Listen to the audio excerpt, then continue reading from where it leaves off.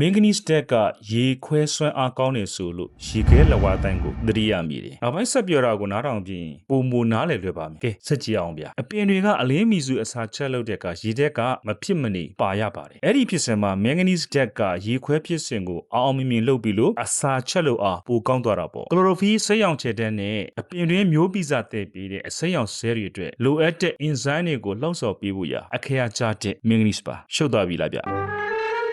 အင်ဇိုင်းတွေချက်လုပ်ပြီးတယ်ဆိုတာအမီနိုအက်ဆစ်ပြောင်းပြီးတာအသားတဲ့ကစီတဲ့အမြောက်လုပ်ပြီးတာအပင်အတွင်းအပြင်လေဝင်လက်ထက်ကောင်းဖို့တွန်းအားပေးတာမျိုးတွေကိုအင်ဇိုင်းတွေကိုလှုံ့ဆော်ပေးတဲ့ဖြစ်စဉ်ပါပဲနိုက်ထရိုဂျင်ဆွဲယူစုဆောင်းပေးတဲ့နေရာမှာအရေးပါတဲ့မင်္ဂနီစ်ကနိုက်ထရိတ်ဓာတ်ကိုအပင်ကရပြီဆိုရင်ပရိုတိန်းချက်လုပ်ဖို့အားပေးပြီးတယ်ဆဲနေရန်တွေကြစ်လက်ခိုင်ခန့်လာတယ်အပင်ယောဂဝင်ရောက်မှုကိုအဲ့ဒီအချိန်မှာတားပြီးထားတော့တာပါပဲအမြင့်ဆဲတွေရှည်ထွက်လာမယ်ရေဆုပ်ယူအားကိုအထောက်အကူပြုပြီးတယ်ဘေးမြင့်မွားထွက်တဲ့အမြင့်စင်အားကလည်းအဲ့ဒီအချိန်မှာအားကောင်းလာတာနဲ့တပြိုင်နက်တည်းမှာပဲအမြင့်စင်အားတွေပိုကောင်းလာတာပါဟော်မုန်နဲ့ဟော်မုန်ပြုံရှည်ထွက်ဆန့်ထွက်လာလို့အကျိုးပြုအင်ဆက်တွေဖြစ်တဲ့ပြားတွေပိုလာတတ်ပါတယ်ပြားမွေးမြူရေးနဲ့ပြားရည်ထုတ်လုပ်ငန်းတွေကတော့မင်္ဂနီစတက်ကိုအားထားပြီးဝိုးရည်အားပြဖို့မင်္ဂနီစတက်ကိုသုံးကြပါတယ်တကယ်သုံးဝင်တဲ့မင်္ဂနီစ်ကိုမသုံးပြဘူးအ ਨੇ လိုအပင်ဟာရကိုလည်းအချိန်ကိုက်မသုံးမိဘူးသိအရေးပါတယ်လို့လည်းယူဆမထားဘူးဆိုရင်အထက်ကအပင်ဟာရကြောင့်ရမယ့်အကောင်းတဲ့အချက်တွေဖြစ်ဖို့က G3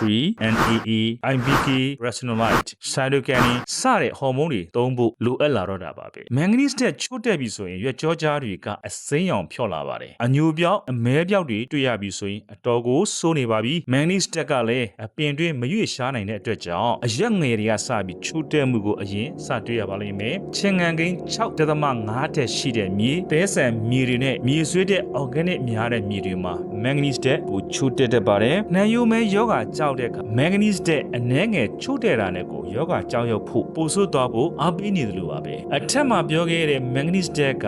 ရေခွဲစွမ်းအားကောင်းတယ်ဆိုတော့အဆိုတက်ကလည်းမြေသားထဲမှာရှိနေပေမဲ့ pH ချင်းငံကိန်းမြင့်နေရင်တော့ manganese တက်လည်းဖမ်းချုပ်ခံထားရတယ်လို့မျိုးနဲ့အပင်ကအလွယ်တကူမရရှိနိုင်တော့တဲ့အခြေအနေပါရာသီဥတုကမိုးကလည်းမမှန်စိုက်တဲ့အပင်တွေရေငက်တန်ခံရချိန်မတိုင်ခင် manganese တက်ချို့တက်တာကိုအရင်တွေ့ရမှာပါအရွက်ငယ်တွေမှာ manganese တက်ချို့တက်တာကိုတွေ့ရမယ်အရွက်ငယ်အရွက်ကြောကြားတွေအစိမ်းရောင်မိန်လာပြီးဆိုရင် manganese တက်အချိန်မီဖြည့်တင်းပေးနိုင်ရင်တော့ manganese တက်ချို့တက်တာကိုကာကွယ်ကုစားနိုင်ပါလိမ့်မယ်ကိုရောဘက်ပါမိတ်ဆွေများအားလုံးအဆင်ပြေကြပါစေဗျ